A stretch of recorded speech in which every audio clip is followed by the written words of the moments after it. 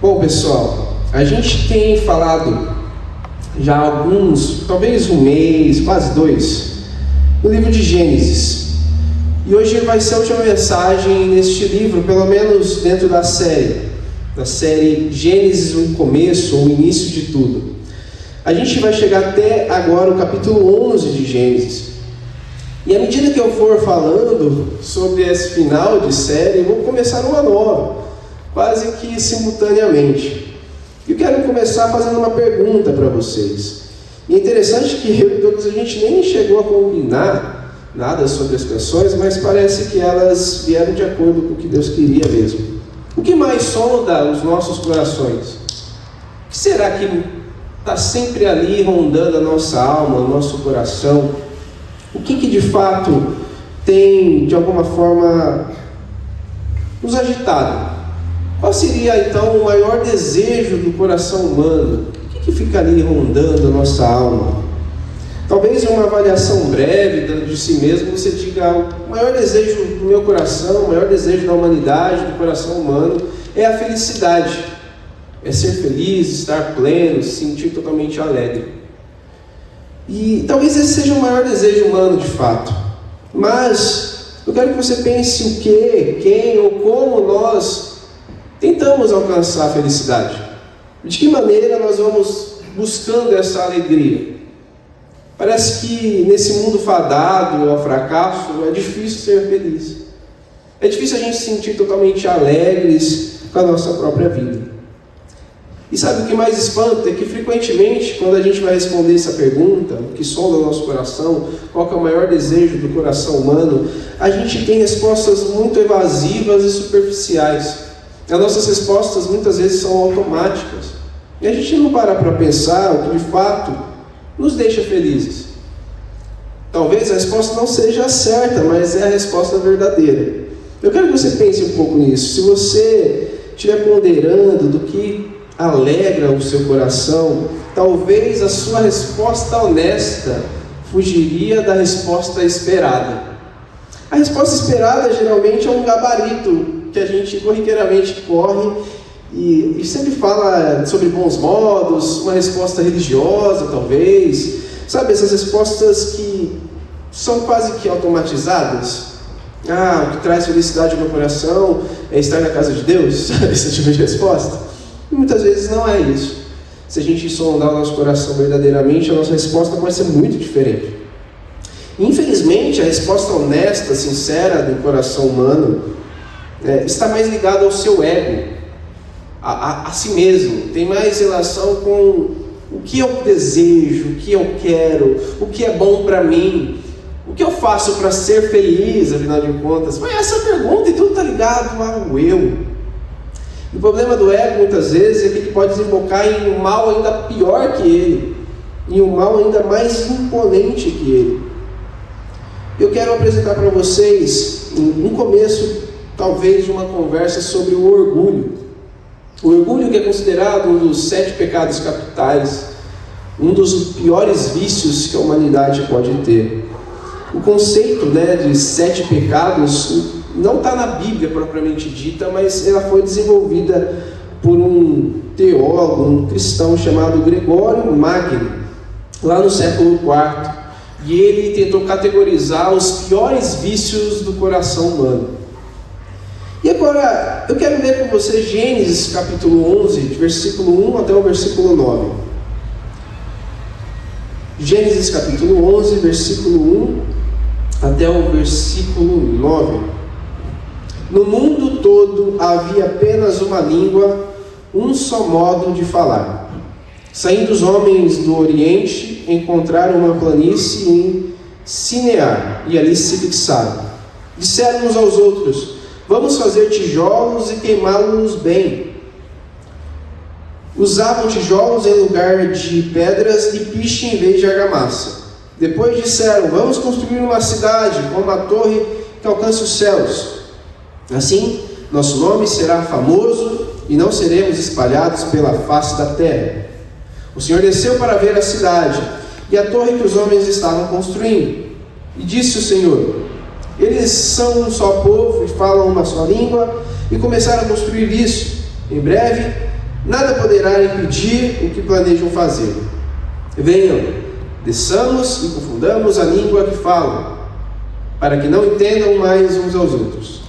Assim o Senhor os dispersou dali por toda a terra e pararam de construir a cidade. Por isso foi chamada Babel, porque ali o Senhor confundiu a língua de todo o mundo. Dali o Senhor os espalhou por toda a terra. Vocês conseguem perceber o que acontece aqui? A Torre de Babel não é apenas um arranha-céu, não se trata apenas de um grande feito da humanidade. A Torre de Babel, na verdade, é um símbolo dos nossos maiores temores, dos nossos maiores desejos.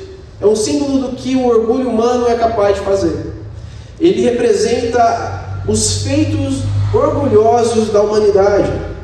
E o objetivo deles parece simples demais. Se a gente lê com atenção aí, essencialmente os desejos deles eram alcançar o céu, o reconhecimento dos seus próprios nomes e a união, continuarem unidos em uma cidade, em uma civilização.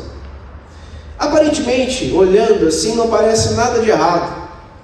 Não há nada de errado em construir alguma coisa, um grande prédio, fazer um grande feito. Não há nada de errado em desejar ser de alguma forma reconhecido. Também não há nada de errado em se misturar e ficar junto com as pessoas que você gosta.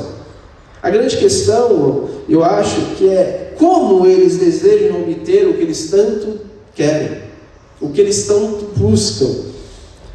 E esse povo aí que está unido, aí nesse texto, fala que eles tinham uma só língua, uma mesma forma de falar. Em outras palavras, eles tinham apenas um idioma, um mesmo sotaque, uma mesma gíria, ou seja, o mesmo jeitão de falar. Eles tinham tudo em comum. Eles tinham uma maneira de pensar semelhante uns aos outros. Eles haviam deixado para trás ali a região próxima ao Éden. Eles estão se afastando do antigo paraíso e buscando satisfazer suas ambições, buscando de alguma forma realizar seus sonhos, encontrar talvez a felicidade. Mas toda felicidade também revela um medo, e a gente percebe que isso tudo vai borbulhando um mal dentro do coração deles, dentro do coração humano. C.S. Lewis, no seu livro Cristianismo Puro e Simples, em um dos seus capítulos chamado Grande Pecado, ele descreve esse pecado, o orgulho, como o mais terrível de todos, o mal supremo, fazendo a falta de castidade, a raiva, a avareza, a bebedice e tudo mais ser considerado fichinha perto dele. Sim, o orgulho é capaz de levar todos os outros vícios. O orgulho nos faz pecar em outras coisas mais. E aí ele descreve, terminando assim: trata-se do estado de mente mais contrário a Deus. Quando nós estamos imbuídos, envoltos em orgulho, é mais difícil a gente ouvir a voz de Deus. Orgulhosos não tendem a ouvir a voz de Deus. E é interessante isso, porque na Bíblia existem algumas menções de pessoas orgulhosas. E uma delas, talvez uma das mais famosas, que foi um grande rei, o rei mais poderoso que já existiu, Nabucodonosor, na antiga Babilônia. Ele também construiu um grande monumento. Ele construiu uma estátua de si mesmo, que o objetivo era fazer o seu nome reconhecido, grande, jamais esquecido. Parece que Nabucodonosor ele segue os seus ancestrais de Babel, porque Babel significa também Babilônia, bem da mesma raiz da palavra. E na antiga Babilônia ele construiu também, então, uma estátua que pudesse apontar para a sua própria majestade. E veja, isso de alguma forma trazia alegria para ele. O que eu quero dizer com isso, meus irmãos? É que muitas vezes os desejos dos nossos corações de sermos felizes, por mais legítimos que sejam, a forma como a gente deseja ser feliz, muitas vezes é arrolada por esse desejo orgulhoso de querer mais, de se fazer grande, de construir algo para si mesmo. E o que a gente percebe é que o orgulho é extremamente competitivo. Uma pessoa orgulhosa, ela não vive por si mesmo como, os outros pecados geralmente são assim. Se você tem raiva de alguém, a sua raiva não é competitiva, a sua raiva só quer aniquilar alguém.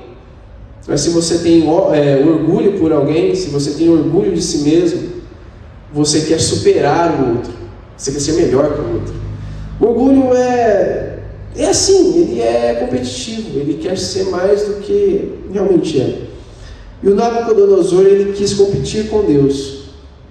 E aqui a gente percebe que o projeto da Babel, da antiga Babel, também é um projeto audacioso, prepotente, tinha como intuito sentir-se superior às outras civilizações, às outras cidades, e essa é a base do orgulho, ser mais do que deveria ser. E como eles fazem isso, meus irmãos? A primeira coisa que a gente não percebe no projeto deles, a menção de Deus.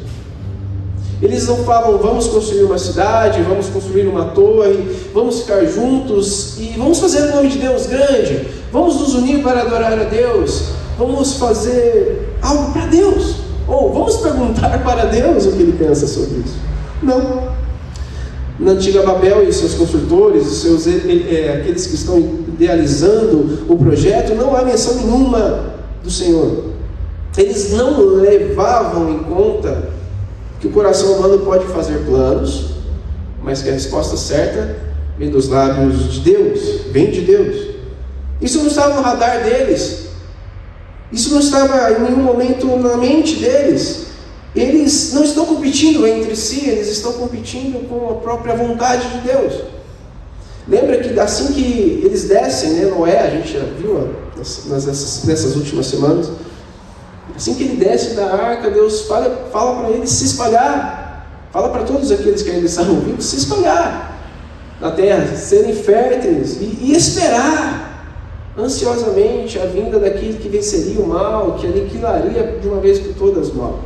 Mas o que acontece aqui na Torre de Babel é que eles querem se juntar, e eles querem chegar até o céu sem Deus, eles querem alcançar o cume das nuvens sem o poder de Deus. E nesse projeto deles, Deus não está envolvido, não tem nada. Trata-se simplesmente da capacidade humana que, de forma orgulhosa, rejeita a Deus o tempo todo. E é interessante algumas coisas a respeito da Torre de Babel propriamente dita. Acredite-se que essa torre era um tipo de projeto semelhante a algumas construções que foram encontradas na mesma região mais para frente. Aquelas construções muito diferentes ali na região da Babilônia, que perto do Iraque, enfim. Eles acreditavam que se tratava, essa torre era um zigurate, uma construção singular. Assim como as pirâmides, zigurates também tinham as suas peculiaridades. É interessante que esse tipo de arquitetura muito diferente, muito sofisticada, nunca mais foi copiada, assim como as pirâmides. Então eles tinham muitas razões, muitos motivos para acreditar que, seja lá se foi um zigurate ou não, mas que havia coisas grandiosas, que eles estavam fazendo grandes feitos, que eles tinham tecnologia, que eles tinham expertise, que eles faziam e aconteciam. E é interessante isso, porque o nome Babel, esse nome que Deus deu a esse projeto fadado ao fracasso, ele tinha uma palavra similar que os antigos moradores daquela região usavam. E na palavra deles, no termo que eles usavam, a Torre de Babel significava a Torre dos Portões Celestiais. Eles acreditavam que eles eram capazes de construir realmente uma torre que poderia alcançar os portões dos céus.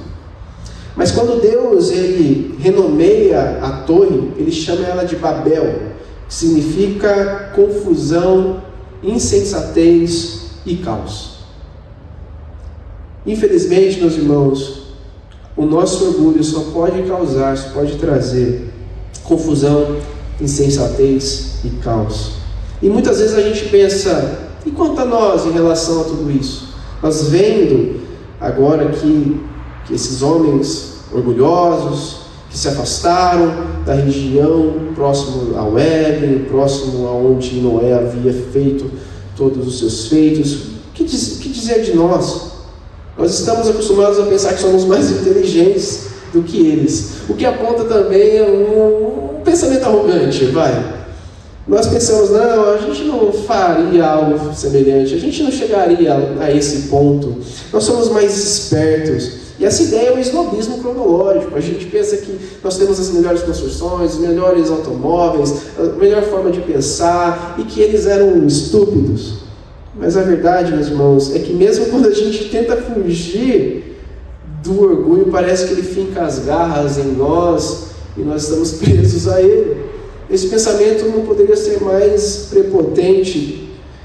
Nós também, corriqueiramente, fazemos a mesma coisa que aqueles idealizadores da Torre de Babel. Nós, por diversas vezes, em nossos projetos, também não fazemos menção nenhuma de Deus. Muitas vezes nós não fazemos menção de Deus nos projetos de criação de filho, por exemplo. Começamos a criar nossos filhos, mas Deus não precisa estar em todos os momentos. Nós também não colocamos Deus na condução do nosso cotidiano, na forma como a gente pretende construir a nossa própria vida, em como nós trabalhamos, em como a gente pensa quando estamos sozinhos. Não há menção de Deus nesses projetos. Não há menção de Deus quando queremos alguma aquisição, queremos ter algo novo. Nós não perguntamos, Deus, será que eu tenho a sua bênção? Mas não temos nenhuma menção de Deus em boa parte das nossas existências. E achamos que somos mais espertos do que os moradores da Torre de Babel. A verdade é que não há menção de Deus, porque na maioria dos casos nós somos ateus práticos. Nós vamos até a igreja, levantamos as mãos, cultuamos a Deus, falamos que Ele é incrível, que Cristo não há nenhum outro como Ele, mas não há menção de Deus. Os ateus são assim, e nós, praticamente, na prática, também somos assim. O que adianta professarmos a Deus com os lábios, se os nossos corações estão distantes dEle? O que adianta falar que somos tão entregues à vontade de Deus se nós não falamos com Ele? É assustador, meus irmãos, mas a verdade é que, é uma verdade que a gente não gostaria que fosse, mas é a verdade, é que nós somos muito mais parecidos com o povo de Babel do que gostaríamos de admitir. Nós, infelizmente, temos muito orgulho dentro de nós. Nós confiamos na nossa ciência, na tecnologia, nos nossos carros, nos nossos bens materiais, nas pessoas que nos cercam, na união sobre nós mesmos, e em boa medida a gente deposita nossas vidas nessas coisas e cremos que somos bons demais por conta disso. Os nossos corações são altivos e não falamos nem no momento sequer lembramos a respeito de Deus. Mesmo quando nós percebemos o orgulho, tal como os moradores da Babel, nós tentamos consertar as coisas. Tentamos alcançar o cume das nuvens por nós mesmos. Por quê? Por que então tentamos nos consertar para fazer o nosso nome grande? Nós mesmos tentamos promover isso com os nossos esforços. Nós mesmos tentamos causar impacto nas pessoas. Nós mesmos queremos que as pessoas nos lembrem com grande admiração. Nós tentamos ser humildes, não porque a humildade é uma virtude, mas porque as pessoas podem dizer, nossa, você conhece a fulana de tal, o fulano de tal? Nossa, ele é humilde. E há tanta prepotência nesse desejo. Muitas vezes nós somos assim, meus irmãos, tentando fazer de nós mesmos algo diferente, grande, por nós mesmos. Não pela beleza que há, não pelo nome de Cristo, não por nada disso, mas simplesmente porque queremos ser conhecidos. Queremos ter o nosso coração afagado pelos elogios humanos. Não queremos cair no esquecimento como na morte. Nós queremos e desejamos mais do que tudo que as pessoas lembrem de nós e de alguma forma a gente possa dizer que a gente é melhor que o outro. Nós queremos ser melhor que uns que os outros. Se nós todos fôssemos iguais, ou pensássemos que somos iguais, não haveria razão de ser. Se todo mundo fosse rico, estava tudo certo, mas o legal é ser mais rico que o outro, porque há orgulho nessas coisas. Há orgulho em ser mais inteligente, mais rico, mais bonito, mais o que for. mas é um pensamento que no final das contas vai nos levar a esse amontoado de confusão. Nós não vamos alcançar jamais o cume dos céus, meus irmãos. Nós não podemos nem sequer chegar perto dos portões celestiais, porque o orgulho nos impede de chegar até lá.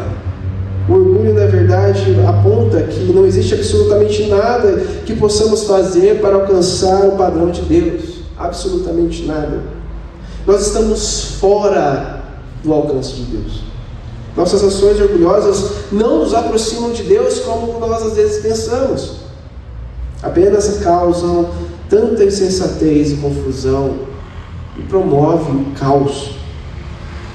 O que acontece muitas vezes é que de forma muito vívida nós percebemos aqui, tanto no texto como em nossa vida, uma expressão dramática da nossa futilidade, dos nossos feitos, das coisas que podemos fazer, dos nossos maiores esforços, das nossas maiores conquistas. Não há nada que nós possamos fazer. E você sabe o que Deus faz aqui na história? Ele olha e ele vê um homem falando, vinde, falando para os outros, vinde, construamos uma cidade, vamos construir uma torre que alcance o céu, vamos fazer nosso nome famoso, vamos ficar aqui para que a gente não seja espalhado. Deus vê o homem fazendo isso, falando, vinde, vinde, vinde, e vamos fazer coisas grandes. E ele acha que está alto, que está tão perto do grande estrelato, da grande conquista, mas quando Deus vê, Deus não consegue enxergar, ele precisa descer. Ele está tão mais alto que nós, que ele fala, vinde, desçamos e confundamos. E é interessante isso, que Deus, ele, parece que o texto ele promove isso para a gente, uma certa ironia. Vinde, o homem falando vinde, aí Deus fala, não dá, vinde, vamos descer, porque eu não consigo ver o que vocês estão fazendo. Eu não consigo ver que esse orgulho todo de vocês é capaz de construir. E é isso que acontece. Tem aquele versículo de Tiago, capítulo 4, versículo 6, que diz, Deus se opõe aos orgulhosos, mas concede graça aos humildes. Deus se opõe pessoalmente a todos aqueles que têm um coração altivo e arrogante. Ele não manda recado, não, ele mesmo vai pessoalmente. Deus tem algo sério contra os orgulhosos. Ele tem algo muito, muito pessoal contra os orgulhosos. Então ele, para resolver a tolice do nosso orgulho, versículo 5 nos orienta como ele vai fazer isso. Versículo 5 diz, o Senhor desceu para ver a cidade e a torre que os homens estavam construindo. O Senhor precisa descer para quebrar o nosso orgulho. Às vezes é necessário, meus irmãos, a gente ser humilhado. Nós sermos humilhados para compreendermos que estamos no caminho totalmente contrário ao que Deus havia estabelecido, ao que Deus deseja para nós. No versículo 6, disse o Senhor, eles são um povo só e falam uma só língua, e começaram a construir isso. Em breve, nada poderá impedir o que planejam fazer. Aqui esse versículo mostra que eles estavam unidos e que começaram a construir ali um povoado, eles eram um povo só, e que estavam fazendo uma coisa extremamente orgulhosa, e que se eles continuassem assim, eles não teriam mais controle, o mal do orgulho cresceria e seria irreparável. Por isso o Senhor desce, por isso o Senhor também julga, isso tudo de forma misericordiosa. Eu sei que é estranho, porque nós muitas vezes não entendemos o que Deus faz.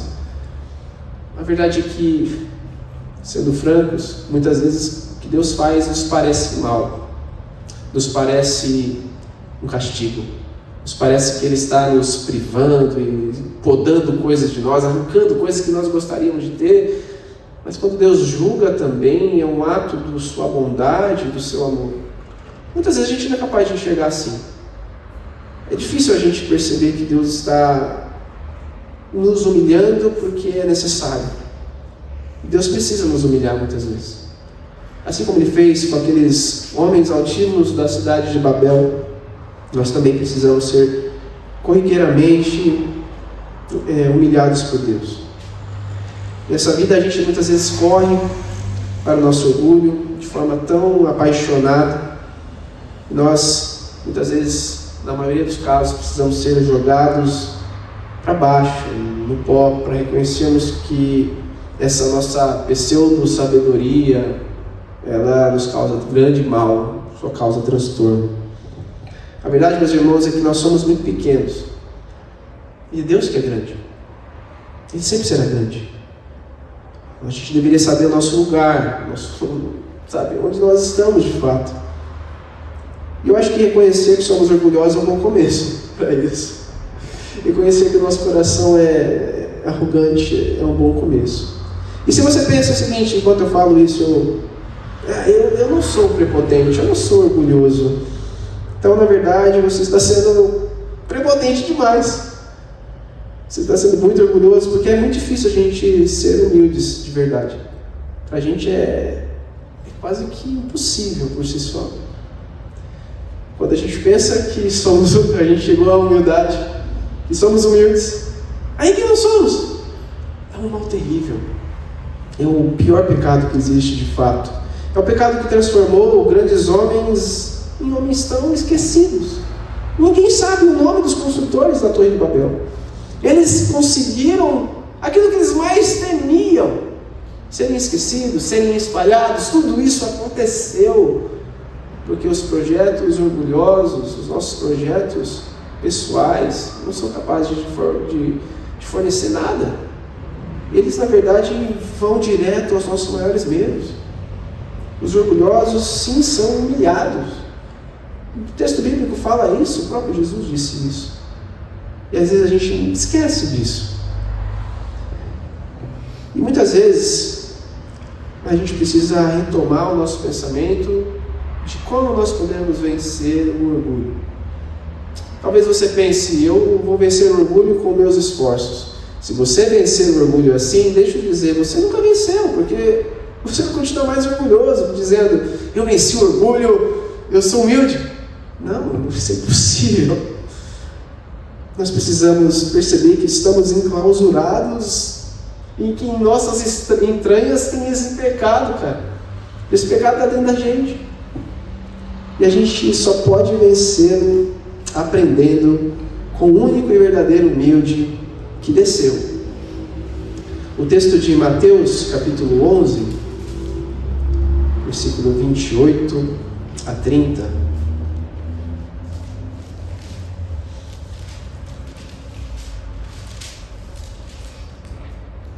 Venham a mim todos os que estão cansados e sobrecarregados, e eu lhes darei descanso. Tomem sobre vocês o meu jugo e aprendam de mim, pois sou manso e humilde de coração, e vocês encontrarão descanso para suas almas, pois o meu jugo é suave e o meu fardo é leve. Existe mais um vinde da parte de Deus. Vinde após mim todos que estão cansados e sobrecarregados, porque Ele desceu, Ele veio. Ele veio ver a bagunça que nós causamos. Ele veio ver esses projetos tão perversos do nosso orgulho que causamos nesse planeta. E agora que Ele está aqui, que Ele veio até nós, Ele diz: vinde após mim, eu sou o verdadeiro manso e humilde de coração, aprendam de mim. Tirem sobre vocês esse desejo desenfreado de buscar por si mesmos a alegria, vocês jamais alcançarão. O nome de vocês serão esquecidos, vocês serão apagados da terra, mas se vocês aprenderem de mim, vocês terão um jugo suave, vocês terão um fardo leve. Muitas vezes a gente esquece que nós não podemos jamais fornecer algo grandioso, nem para a nossa posteridade. Nós não podemos fazer coisas muito, muito além do que somos capazes de fazer. A sabedoria humana é muito limitada. E enquanto eu meditava sobre esse texto, preparava esse sermão, eu acho que eu tive que lutar com a minha própria, essa luta com a minha humildade, o orgulho, porque no final das contas o nosso desejo é que, sabe, nossa, que mensagem boa, nossa, que coisa legal, Deus falou tanto comigo, e a gente às vezes, nesse desejo de estar determinado em manter uma boa reputação, a gente vê que a gente está tentando construir um nome para nós, no meu caso, tentando construir um nome para mim mesmo. E eu fui impactado porque o único que teve uma vida perfeitamente humilde foi Jesus. Esse que desceu, deixou a sua glória, deixou de lado as suas próprias prerrogativas, os seus próprios desejos. Ele tornou-se um servo, e ali, a forma de servo, como a palavra de Deus diz, é uma forma de escravo. E ele se fez ali comum. Ele viveu uma vida perfeitamente humana e também perfeitamente humilde enquanto humano. Ele disse tudo, não sobre si mesmo, mas tudo o que o seu pai havia ensinado ele a falar. Os seus projetos não eram pessoais para si, ele não queria construir algo por si mesmo, ele tentava construir algo para além. Ele foi motivado pelo amor que ele tinha pelo seu pai, não pelo seu próprio nome. Ele nunca buscou nada para si mesmo. Quando a gente observa, na verdade, o que nós vemos é que, quando estava se aproximando da crucificação, o que Jesus disse foi o seguinte: agora meu coração está angustiado, ao ponto da própria morte, o que eu devo fazer? Pai, salva-me desta hora? Não, pois eu vim para esta hora. Pai, glorifica o teu nome. Faça para si mesmo um grande nome através deste ato, do que está prestes a acontecer. O que Jesus espera não é que tenha sempre um orgulho envolvendo ele. Não, ele foi para a cruz e lá ele simplesmente fez tudo para que Deus fosse glorificado. E lá naquela cruz as coisas também ficaram confusas. Naquela cruz as coisas ficaram tão confusas como jamais aconteceu na humanidade. Muitas vezes a gente precisa, ser confundidos por Deus. E não é verdade que a gente já foi confundido em algum momento? Uma doença inesperada, um desemprego que você não estava na planilha. Sim, nós ficamos confusos. Como assim? O que eu fiz? Eu estava tão bem, eu estava fazendo as coisas tão grandiosas. E nós ficamos confusos, mas não houve nada mais confuso em todo o mundo do que ver o Criador crucificado por suas criaturas pecadoras. Não há nada mais escandaloso do que ver o Filho eterno e perfeito experimentando o julgamento do seu Pai, sendo ele disperso, sendo ele separado. Lá o Deus da vida morre. Não existe nada mais confuso do que isso. E a razão para a confusão era que naquele momento Jesus estava carregando os nossos pecados. O meu pecado tão orgulhoso e tão prepotente. O seu pecado da sua altivez e da sua prepotência também.